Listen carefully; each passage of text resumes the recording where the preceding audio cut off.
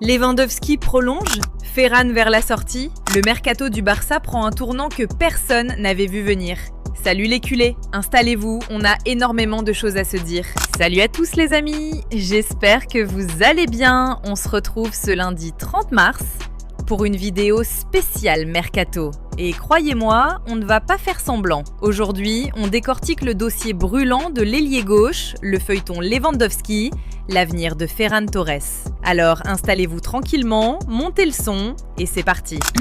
Commençons par le Mercato. Comme vous le savez, le Barça veut se renforcer à 4 postes cet été. Un numéro 9, un défenseur central, un latéral et un ailier gauche. Et justement, c'est sur ce dernier poste que ça bouge le plus en ce moment. Alors, on fait le point. On commence avec Marcus Rashford. Vous le savez, il est prêté par Manchester United depuis le début de la saison et ses statistiques parlent pour lui. 10 buts, 13 passes décisives en 38 matchs. C'est du solide. Deco et Flick sont très satisfaits. Le joueur veut rester, tout semble aligné. Mais il y a un problème. Manchester United demande 30 millions d'euros, cash. Et surtout, aucune négociation possible. De son côté, le Barça cherche à gagner du temps. Deco aimerait un nouveau prêt d'une saison supplémentaire pour étaler le coût du transfert. Mais Manchester United a refusé. Résultat, le dossier est totalement bloqué.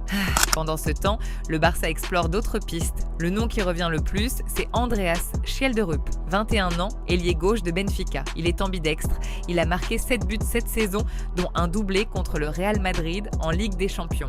Détail important, il est représenté par Rafaela Pimienta, qui est très proche de Laporta. Quand on lui a parlé de l'intérêt du Barça, il a répondu « ce serait génial si c'était vrai ».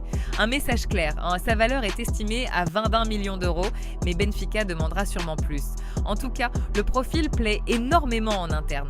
D'autres noms circulent aussi, comme Victor Munoz, le joueur d'Osasuna, mais là c'est très compliqué. Le Real Madrid possède 50% de ses droits et une option de rachat, donc un transfert au Barça est très peu probable. Il y a aussi Gian Virgili, 19 ans, un ancien de la Masia, qui joue actuellement à Majorque.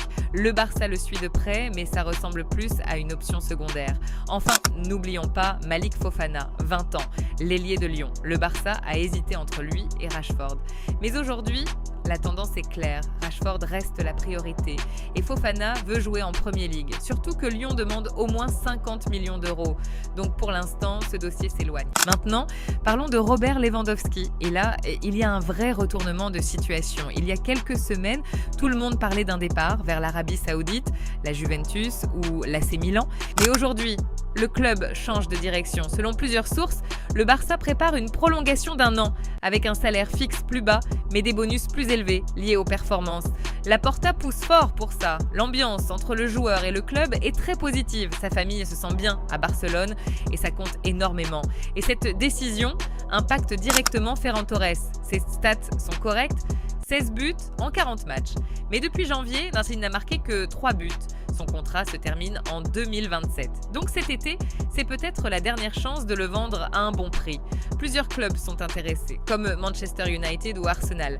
Et certaines rumeurs parlent même d'un échange potentiel pour faire venir un joueur comme Julián Álvarez. Voilà pour l'essentiel de l'actualité. Le Barça est à un moment clé et les prochaines semaines vont être décisives. Dites-moi tout en commentaire si la vidéo vous a plu. N'oubliez pas le like, de vous abonner et d'activer la petite cloche. Prenez soin de vous et on se retrouve très vite. Visca el Barça!